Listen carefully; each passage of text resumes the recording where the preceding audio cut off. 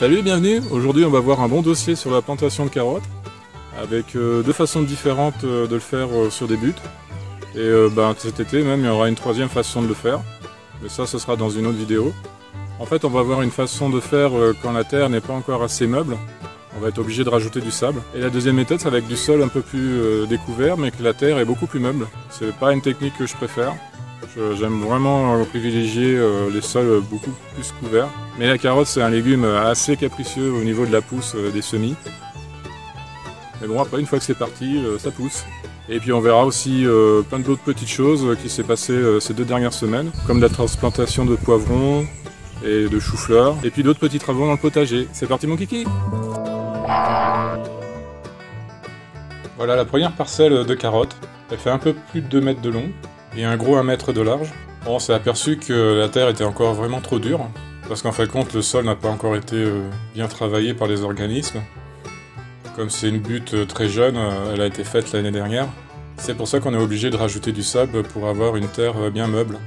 Alors c'est du sable de rivière qui a été trouvé dans un coin quand on a creusé un trou. Après on l'a mis de côté sur un tas et puis on l'a laissé se reposer pendant 2 ans.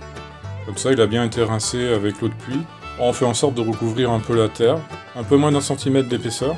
C'est vraiment léger, il ne faut pas qu'il y ait trop de sable en fait compte dans la terre. Ensuite on se sert pas mal du râteau pour étaler, égaliser, et puis mélanger la terre et le sable, en alternant d'un côté d'un râteau et puis d'un autre, le plus homogène possible. Ah, c'est là qu'on se rend compte que la carotte est un légume assez exigeant. Quand on sème les graines, il faut vraiment que la terre soit assez aérée. En général, pour tous les autres légumes, on n'a pas besoin de faire tout ça.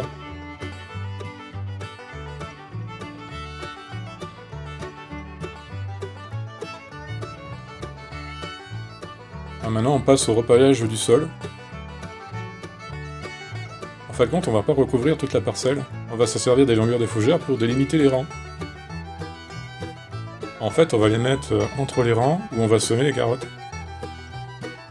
Et tout ce qu'on fera après, c'est de rajouter un mélange de terre et de sable pour faire les rangs. Alors pour ce type de paillage, je voudrais essayer de faire une épaisseur d'à peu près de 2 cm, assez plaqué, pour éviter que ça prenne trop le vent.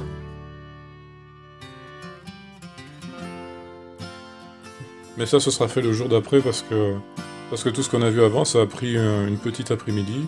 Et c'est pour ça qu'on a mis les bouts de bois sur les fougères, comme ça va empêcher qu'elles s'envolent, parce qu'en ce moment, on a plutôt pas mal de vent. Alors deuxième après-midi où on voit les quantités de sable et de terre. Alors ce qu'on va faire c'est que pour un pot complet de terre, on va mettre une petite moitié de sable. Et après on mélange le tout comme si on faisait une pâte à pain. Alors, je me sers d'un petit fond de bouteille de 5 litres d'eau pour déverser le mélange de terre et de sable pour chaque rang. Et après il faut éviter d'avoir des petits monticules comme des mini-montagnes. On va tasser légèrement avec le cul de la bouteille. Et on fait ce remplissage sur les 6 rangs. Ensuite on fait une petite saignée avec une pointe de piquet, mais après on peut faire avec n'importe quoi d'autre, du moment qu'on soit à l'aise. Ce sera une petite tranchée de à peine 1 cm de profondeur en gros. Et on passe enfin à la dépose des graines, avec un petit semoir. J'essaie de faire entre 1 cm et 2 pour chaque graine. Et bon, des fois ça peut arriver qu'il y en a 2 qui tombent en même temps. Ensuite je recouvre légèrement avec la main.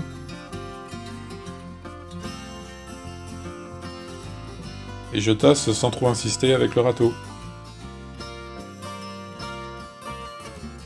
Ce sera le seul moment où on sera obligé d'arroser sur les buttes. Parce qu'une fois on a essayé de faire des semis sans arroser pour tester, et il y en avait quelques-unes qui avaient poussé, mais dans l'ensemble ça avait été plutôt un échec. Alors quand c'est des semis, on est vraiment obligé d'arroser.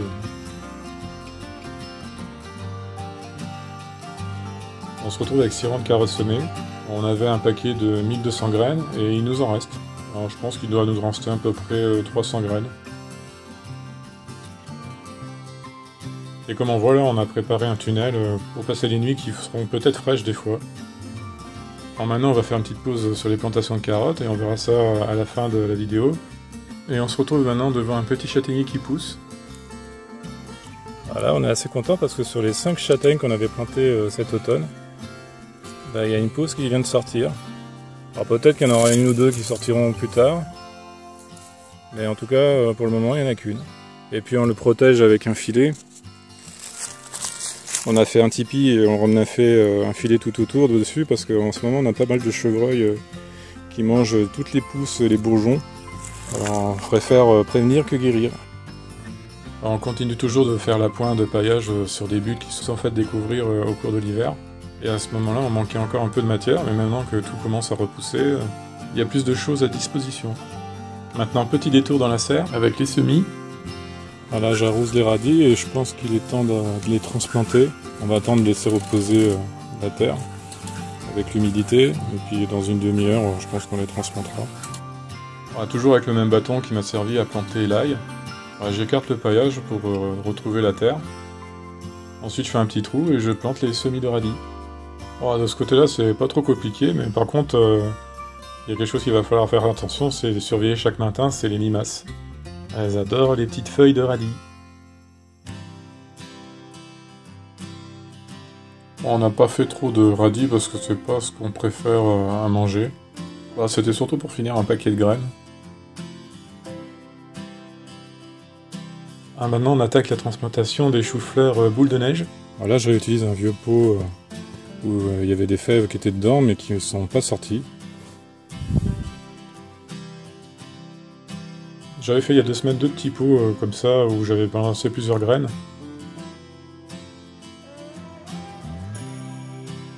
Mais je pensais pas que ça allait repousser à ce point-là. D'habitude, généralement quand je fais des choux-fleurs, il y en a plusieurs qui loupent. Alors je vais se retrouver avec pas mal de pousses à transplanter, comme on voit là. Et maintenant, à peu près même système autour des poivrons. Alors là, je divise les poivrons. Voilà, on a de la chance, il n'y en a que 2. On va essayer de sortir un. Ça marche pas comme ça.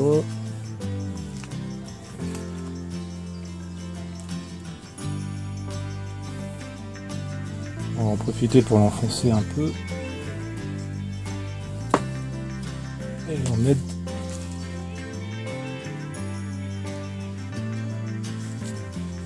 on va le centrer. Après un petit coup d'arrosage et ça le nettoiera. On finit par un retour à l'extérieur et sur la deuxième et dernière parcelle des carottes. Celle-là fera un petit peu moins de 2 mètres, mais là on va s'occuper de seulement 1 mètre carré. Je vérifie à la main comme j'ai fait l'autre côté au niveau de la dureté de la terre. Et je me rends compte que là il n'y aura vraiment pas besoin de rajouter du sable. Autant que dans l'autre parcelle.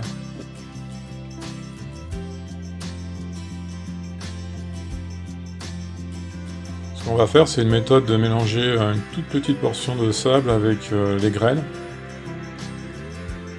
pour avoir un mélange bien homogène.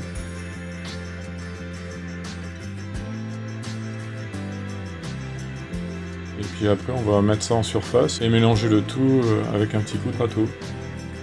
Alors cette façon de faire, j'ai jamais faite. On verra ce que ça donne. J'avais envie d'essayer sur un petit mètre carré. Parce que je suis assez curieux de voir le résultat de semer de cette manière.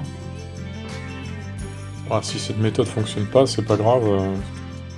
De toute façon, cet endroit-là a été prévu pour des carottes plus tardives, qui se planteront plutôt au mois de mai.